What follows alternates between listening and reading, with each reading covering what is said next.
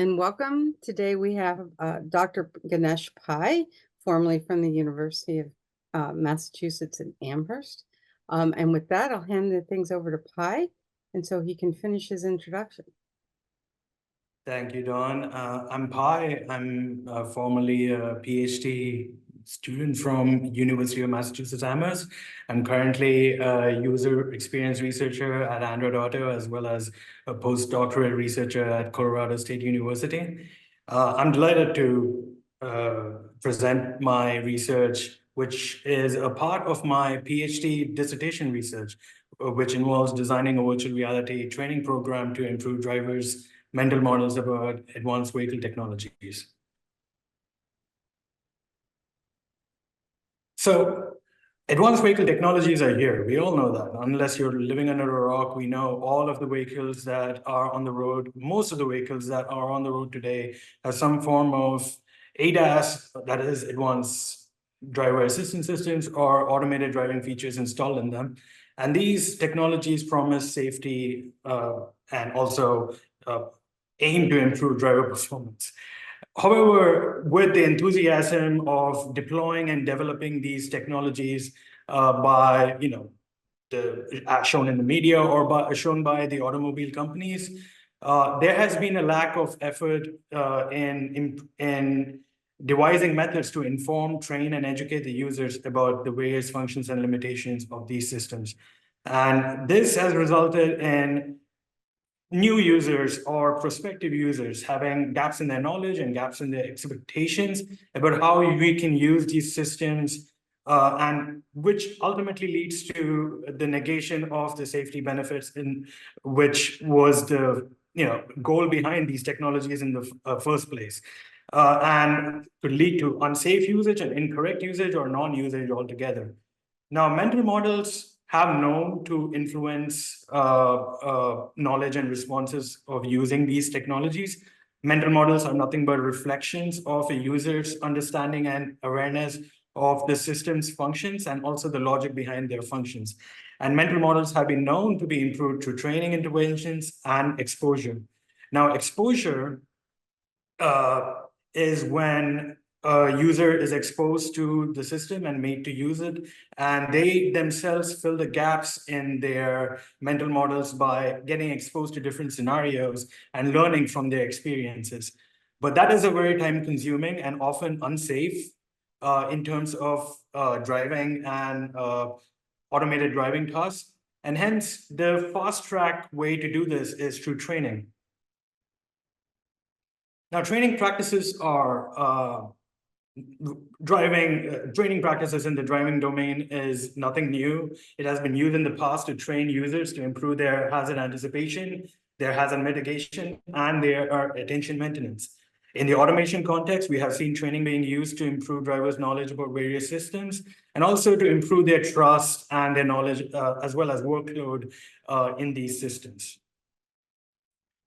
In terms of concept of training itself, the error-based training method, which is an active training method, has been found to be more effective than passive learning. Now, an error-based training method is a training methodology where you expose the user or the trainee to various different situations and which elicit responses. If they make mistakes during their responses, they are mentored and mediated and given the right knowledge about what the right response would be. And then they're allowed another try where where they can go ahead and master the concept or their learning objective.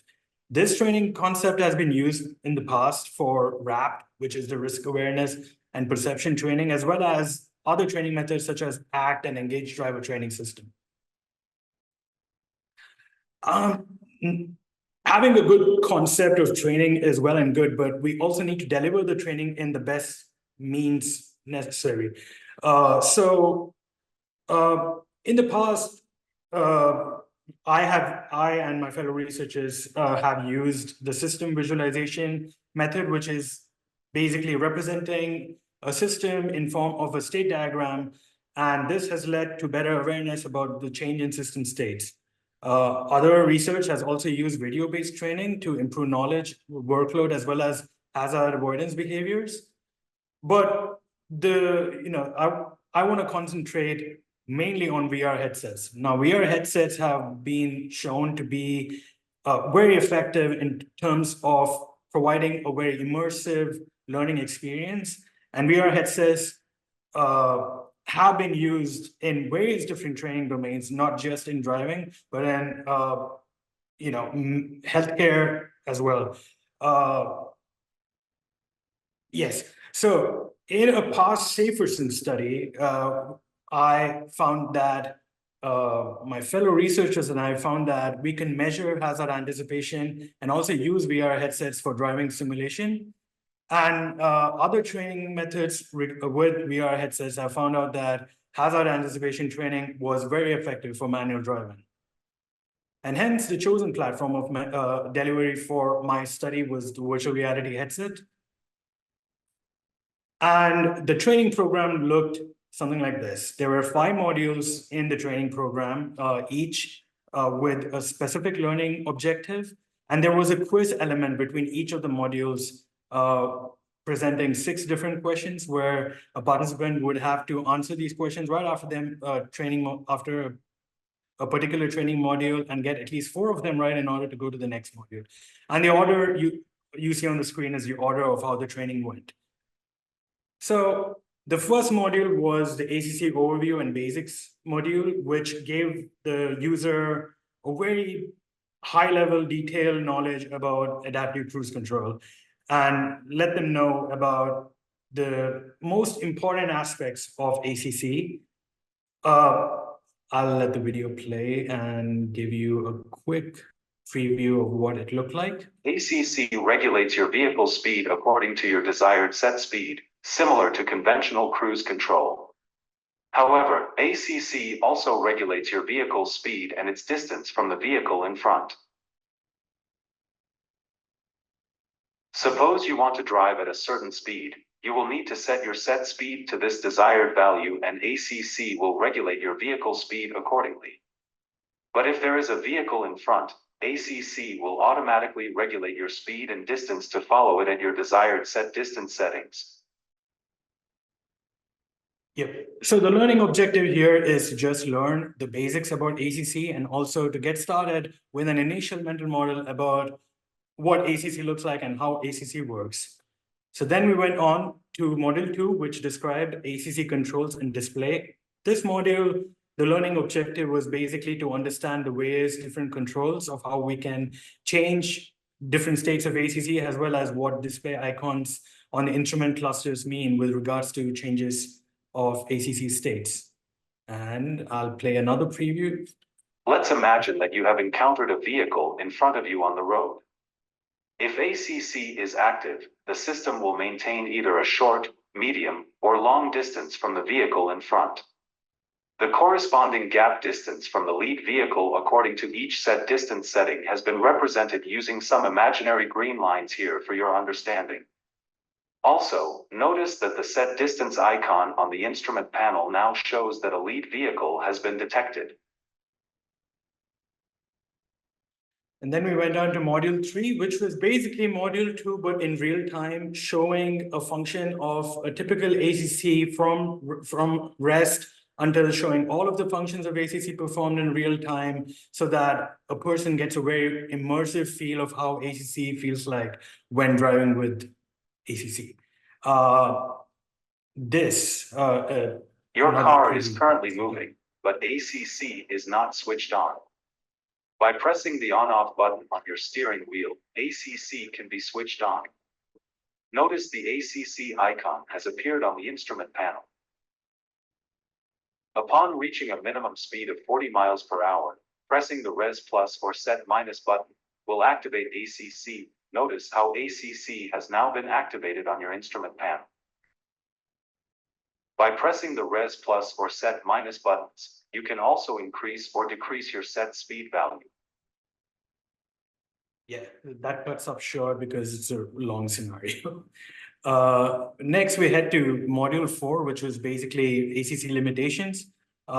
This showed various instances where ACC would fail and the driver would need to take control. But this module just focuses on instances where ACC fails. And the example is as follows. ACC will not function properly when driving in bad weather conditions such as slippery roads covered with snow. Here you see that ACC was initially following a lead vehicle. But after passing over some snow on the road, the lead vehicle was no longer detected. This could be due to the ACC camera being covered by the snow. And finally, we had module 5, which was similar to module 3 in terms of the overall experience. Here we showed an ACC limitation scenario from start to finish. And after the edge case event took place, we would inform the driver about what were the ideal locations to scan in order to prevent and to predict a scenario that is about to happen. And also, what are the best response actions they can take in order to prevent such scenarios and to maintain their safety. In a moment, you will be traveling with ACC activated at a set speed of 65 miles per hour and will be following a lead vehicle with set distance set to the short setting. The lead vehicle is traveling at around 50 miles per hour and ACC will regulate your vehicle speed accordingly to follow this lead vehicle at the set distance setting.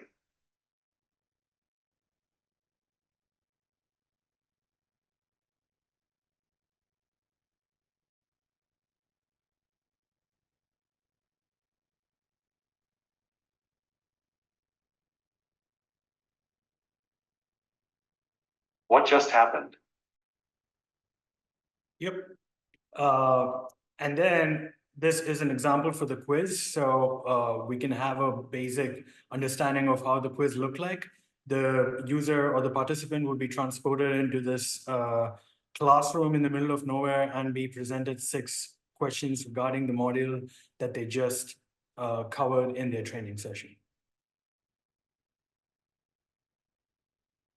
So as you see, it provides instructions at the beginning, and then there is a general question about what about ACC, and if they got the answer correct, it would show a green screen, and if they got the answer wrong, it would show up a red screen, along with the correct answer, so that they learn from their mistakes.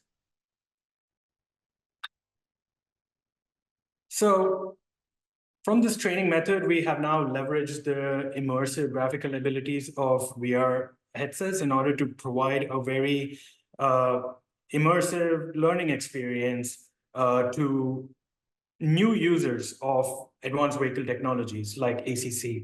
This training will give them a comprehensive tutorial about how to use these systems and how to understand different functions and the logic behind the functions when using these systems.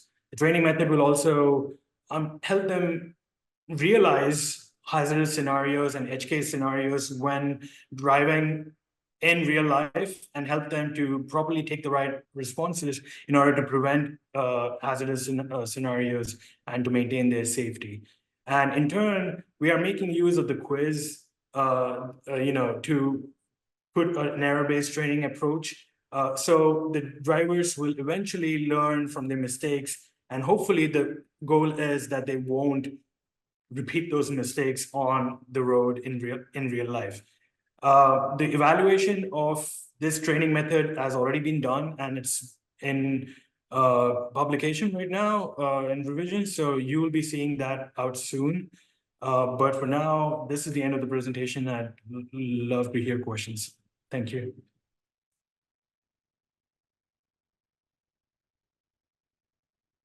Thank you. Thank you. Are there any questions from the attendees? We've got a couple people with hands up, or one person with hands up. Anuj? Sorry, I was trying to clap. Oh, okay, okay. Oh, all right. Yes, very well done. So, Pi, you developed this and you said it was used in another study, another SaferSim study. Were you also on that team? No. I think there is a confusion. It wasn't. It was. When I was talking about the other SaferSim study. That was my master's study back in 2019. Oh, okay, I got you. I got you. Yeah. No, I just misunderstood. I know that study. I was Yeah. just gonna ask what the other one was. Okay, Any questions or comments from anybody? You're welcome to just unmute yourself. Hey, Pi. I may have missed it, but did you give participants a chance to just drive in the virtual world with ACC and experience the behavior of the system? No, Greg. So there wasn't an actual ACC system that they could drive. Most of the scenarios that they saw were scripted events that they could get a better feel for, but there was not actually a vehicle or an own ship that they could physically operate in the training program. Have you thought about that as a module you could add to the training program? Yes, it does, but it's very hard to control that and give a similar experience for all the participants. So that's one of the reasons why Professor Pradhan and I decided not to go ahead with modules such as that, because then we wouldn't be able to control the experiences and the differences between the training experiences. From a practical standpoint, the average age of a new car buyer is 51 years old. There's a lot of older drivers out there that have a fear of new technology, and they might buy the fully loaded car, but they don't use the systems on it. They don't get to benefit from it. And a particular section of it is people that are just frightened to try it out. And so giving them a safe place to try out the new technology is really interesting. It's really interesting. We know from like JD Power ratings of satisfaction with the car that if the dealer shows a new car buyer how the technology in the car works for 40 minutes as they're buying the car, they have a higher rating of vehicle satisfaction than if the dealer doesn't show them anything about the car. And now you have an opportunity to scale that, right? You have an opportunity to make it so that everyone is benefiting, not just those that have the dealer that puts the time in at the point of sale, but everyone can get to use it. And like as VR headsets become more common, and I think the appetite here for someone that is like, I just don't want to put myself in any harm's way in trying out a new technology, and like, oh, you can try it in a safe space here in the VR world, is really interesting. Yep.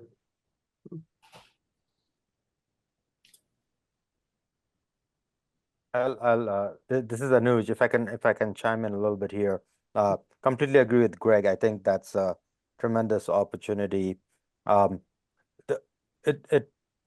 There was so I did do the evaluation of this on a simulator, which was a different project, and he hasn't spoken about that now. But one of the hurdles was, Greg, as you said, allowing people to experience adaptive cruise control in a virtual reality world, at least given the constraints of this project, was a little bit more complex, right? Pi, it's tough enough to use those two controllers to sort of like point and click and so on. Allowing people to feel ACC in a virtual reality world where they're not really driving, it just seemed like a little bit of a leap. But that's not to say it cannot be done. I think there's a real promise in that. Maybe from a dealership perspective, maybe from an automaker's perspective, I think there's a lot of scope for that to be explored.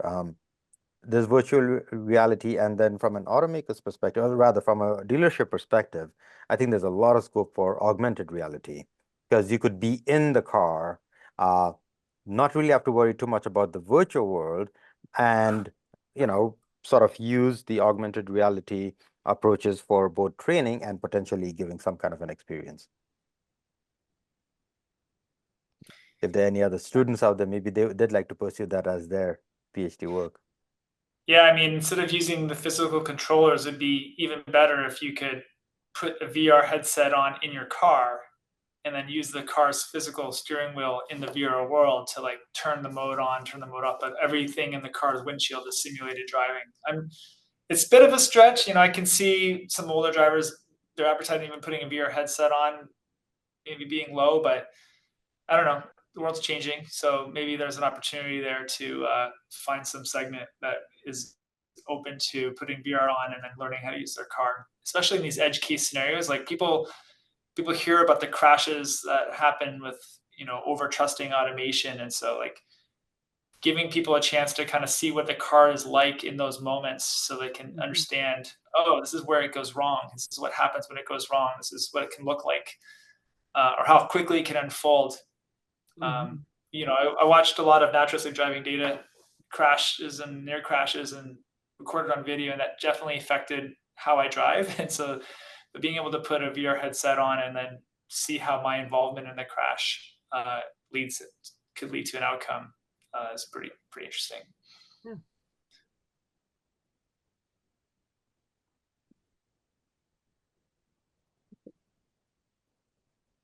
Any other questions or comments?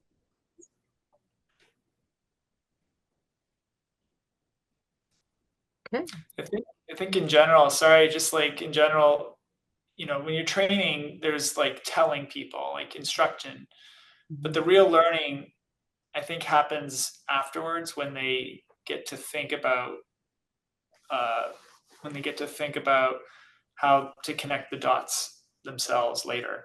And so giving them space in the training module to connect dots and maybe understand or draw linkages between what happened and what the outcome was could be important too. Not just like saying this happened because of this and then you're done, but like asking them, why do you think this happened? And then giving them space to kind of draw the conclusion, like, oh, this is, this car didn't see that truck because the car in front of it was being picked up by the radar. And once that car moved out of the way, the truck all of a sudden became visible and it was too late.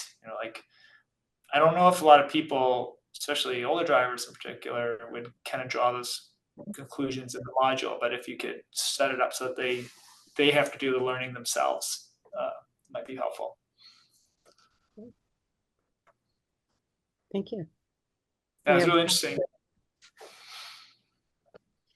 Yeah, Greg, the point you just raised did come up during my defense as well. So we did discuss about adding a debrief element, but that's for future work. Yep.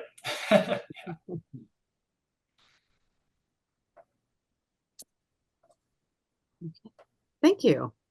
One more chance. Any other comments or thoughts? Questions? Okay. Well, with that, I thank everyone for attending.